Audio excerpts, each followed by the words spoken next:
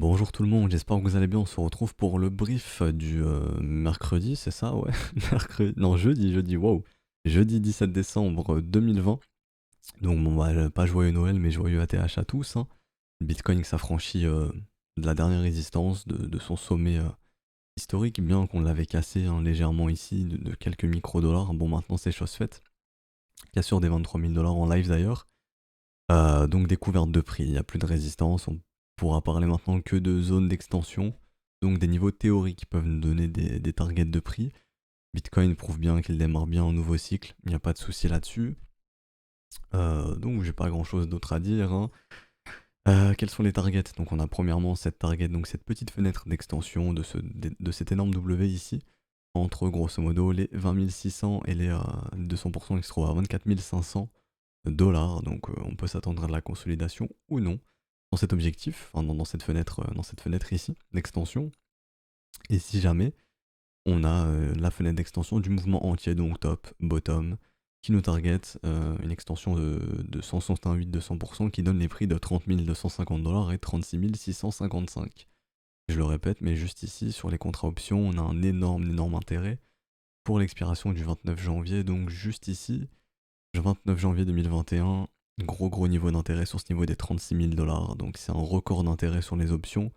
Ici à 36 000 dollars, donc ça serait pas aberrant d'avoir un bitcoin pour fin janvier autour des 36 000, proche ou supérieur, ou en tout cas autour de ce niveau des 36 000, parce qu'on a un gros intérêt sur ce niveau, donc probablement un gros portefeuille a beaucoup, enfin un gros intérêt de voir bitcoin proche des 36 000.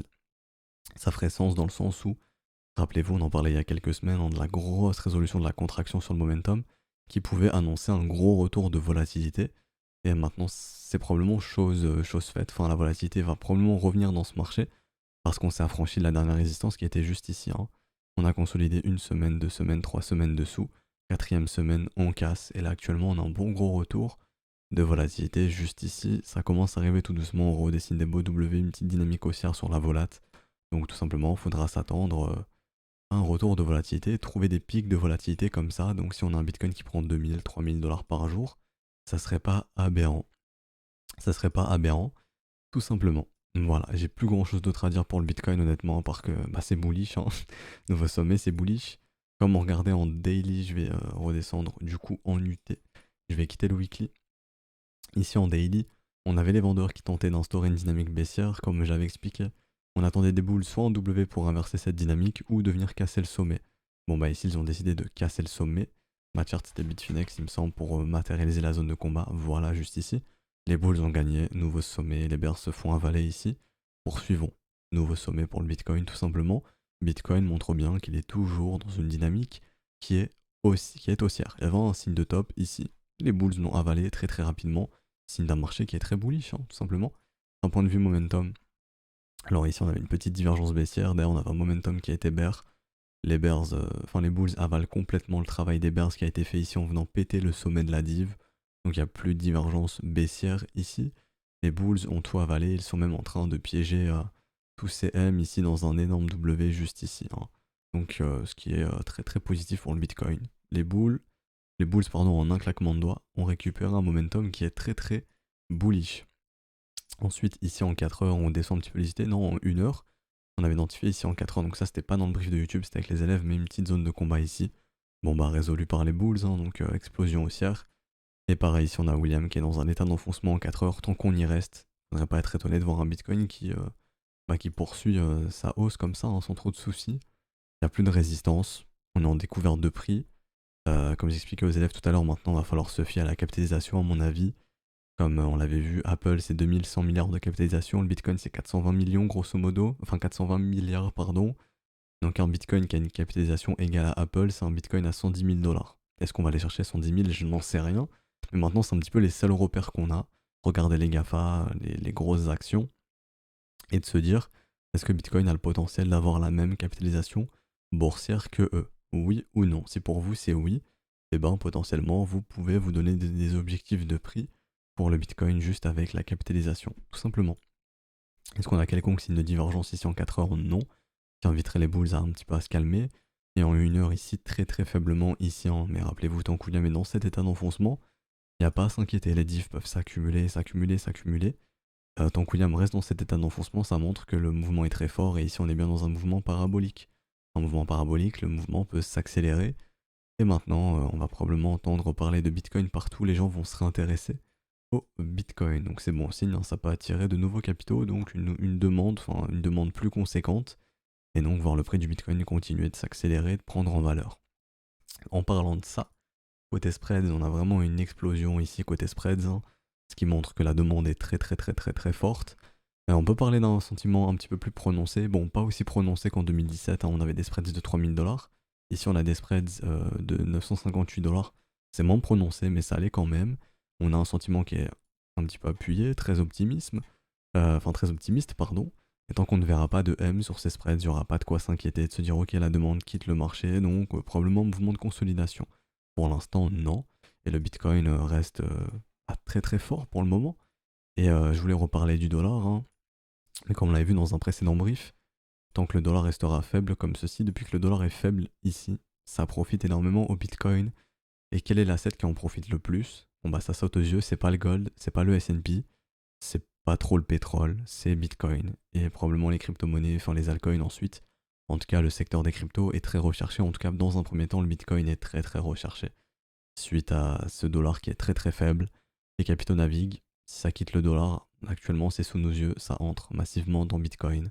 Donc Bitcoin est l'asset le plus fort actuellement, suite justement à cette faiblesse du dollar index. Et je le répète, hein, mais pour moi, tant qu'on n'aura pas de bottom sur le dollar index, il n'y aura pas de sommet de marché sur le Bitcoin. Et actuellement, on le voit. Le dollar index continue de s'enfoncer. On attendait de voir si un bottom pouvait tenter d'être instauré ici. Si c'est pas le cas, on enfonce, on fait un plus bas annuel. Bitcoin s'offre un plus haut historique. Donc, je pense que ça annonce la couleur. Concernant le Bitcoin, justement, sans dévaluation du dollar, hein, donc la réelle valeur du Bitcoin, on n'a pas encore fait pardon, de nouveau sommet. On est proche, hein, donc le nouveau sommet sera ici. Donc le Bitcoin n'a pas encore fait de nouvel ATH sur sa réelle valeur. Donc en grosso modo, s'il est à 23 000, c'est en partie... Enfin, si la réelle valeur n'est pas aussi élevée, c'est en partie grâce ou à cause, hein, ça dépend du point de vue, la dévaluation du dollar. Et pour avoir un Bitcoin qui s'offre un nouveau sommet en réelle valeur, il faudra avoir un Bitcoin à 27-28 000 $. Voilà. Est-ce qu'on ira à 27-28 000? J'en sais rien, très probablement qu'on ira, hein. Et ça permettrait au Bitcoin de s'offrir un nouveau sommet sur la réelle valeur. Tout simplement. J'ai pas grand chose d'autre à dire sur le Bitcoin. En tant qu'investisseur, est-ce qu'on investit ici? Honnêtement, ça vous regarde. Personnellement, je ne suis pas partisan d'acheter des marchés comme ça qui partent à la verticale. Il y a un adage qui dit nouveau sommet, donc nouvel achat. Ça, pour un investisseur, un nouveau sommet est un signe d'achat. Pourquoi? Parce que l'asset montre qu'il est prêt à l'explorer de nouveaux horizons, de nouveaux objectifs, et qu'il a plus de potentiel. Bitcoin prouve à l'heure actuelle qu'il a plus de potentiel qu'il n'en avait en 2017, tout simplement.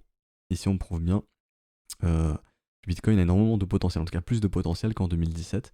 Donc c'est bon signe pour Bitcoin. Après, si vous êtes investisseur, si vous investissez ici, ça vous risque au péril dans le sens où la localisation, vous êtes un petit peu en zone de découverte, hein. Donc honnêtement, ça vous regarde, c'est une gestion du risque.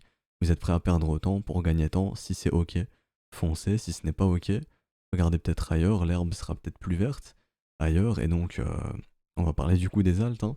Donc LTC, donc non d'abord Ethereum, j'allais parler d'LTC. Ethereum, pareil, on avait identifié la zone de combat.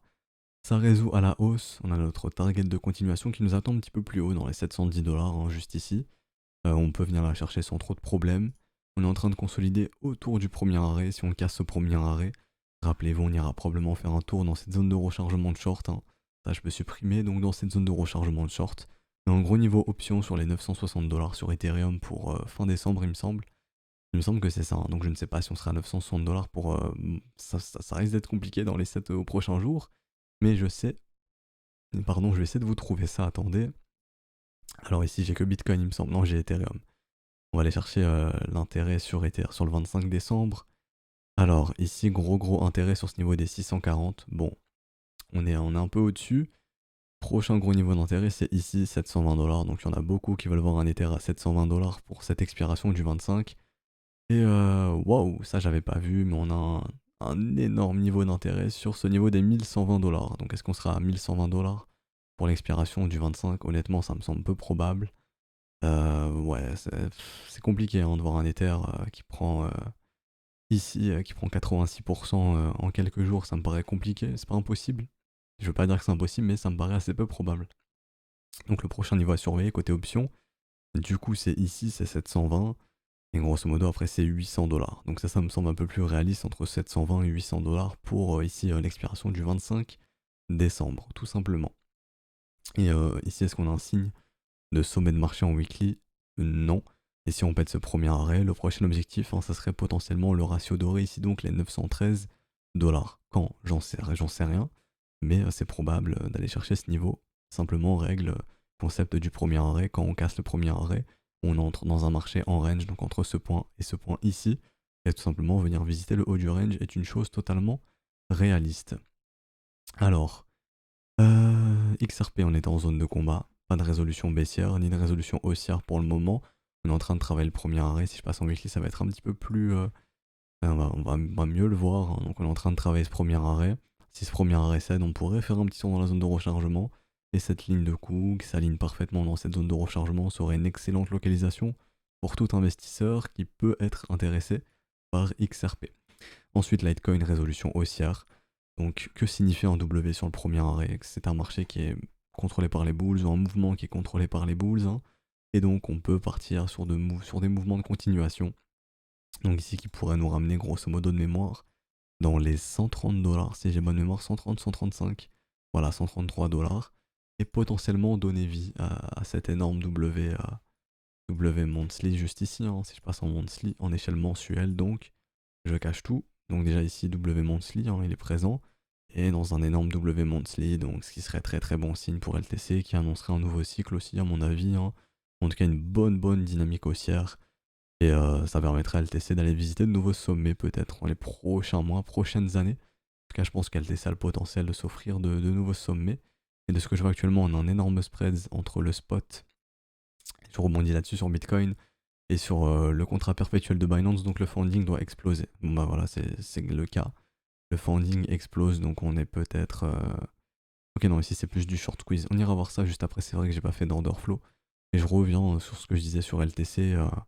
La chart est très jolie, hein, la chart est très très jolie. On est probablement ici en train d'instaurer un bon gros bottom, comme on en parle depuis plusieurs semaines, même plusieurs mois il me semble. Donc LTC, excellent candidat pour un investisseur. Et donc je voulais vous parler de SXP.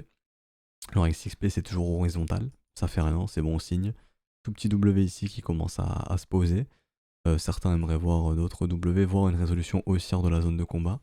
Mais je pense ici que tout investisseur qui est intéressé par cet asset, devrait avoir les yeux rivés dessus parce que tôt ou tard ça devrait pas... Enfin, je veux dire, ça devrait pas mettre trop de temps avant de montrer quelque chose de joli ou de moche. Dans le sens où, à mon humble avis, on devrait pas attendre trop longtemps avant d'avoir une résolution haussière ou baissière. Si résolution baissière, bon bah y a pas de signal d'investissement ici, hein. Pour les investisseurs, il faudrait être plus patient. Si résolution haussière, bon bah ça sera un énorme signal, un bon gros W qui se pose dans une zone de rechargement qui plus est. Donc en excellent signal sur SXP. Et si jamais Bitcoin ne correspond pas à ce que vous attendez de lui, peut-être que l'herbe est plus verte ailleurs, hein, je le répète. Par exemple, avec les élèves, on est en train de checker toutes les alts, que ce soit contre BTC ou en USDT, pour justement essayer de choper de bonnes charts pour de l'investissement ou la stratégie shadow, peu importe, des choses qui peuvent performer justement. Et par exemple, en stratégie shadow, permettre de récupérer quelques doubles parce qu'on s'intéresse à ce qui est horizontal et non à ce qui est vertical. Donc voilà, je pense qu'on va s'arrêter ici pour aujourd'hui. Si ce bruit vous a plu, n'hésitez pas à laisser un petit pouce bleu si jamais, hein, ou à laisser un petit commentaire pour les retours, je sais pas, peu importe, ou à vous abonner si ce n'est pas déjà fait. À nous rejoindre sur Discord, hein, je le répète, le lien est en description et dans les commentaires. Si vous souhaitez nous rejoindre, rejoindre l'école aussi, si jamais vous souhaitez un petit peu participer à la suite du brief et au brief que je fais aussi avant avec les élèves, où on check pas mal d'altcoins. On essaie de développer justement quelques setups, d'aller chasser pas mal sur les alts, et même sur d'autres secteurs, hein. Par exemple, on fait sur les stocks US aussi, sur les stocks FR. Enfin bref, et aussi avoir tous les cours vidéo, les cours écrits, etc. si jamais. Donc tout est aussi en description et dans les commentaires. Donc voilà, peut-être on se retrouvera demain si le marché a pas mal bougé. Mais bon, ce que j'ai envie de dire pour le moment, c'est Bitcoin est haussier, hein, donc laissons-le être haussier. Donc voilà, laissons-le être haussier, peut-être aller chasser ailleurs, ça peut être plus intéressant ailleurs. Voilà, c'était le petit mot de la fin. Allez, ciao ciao tout le monde.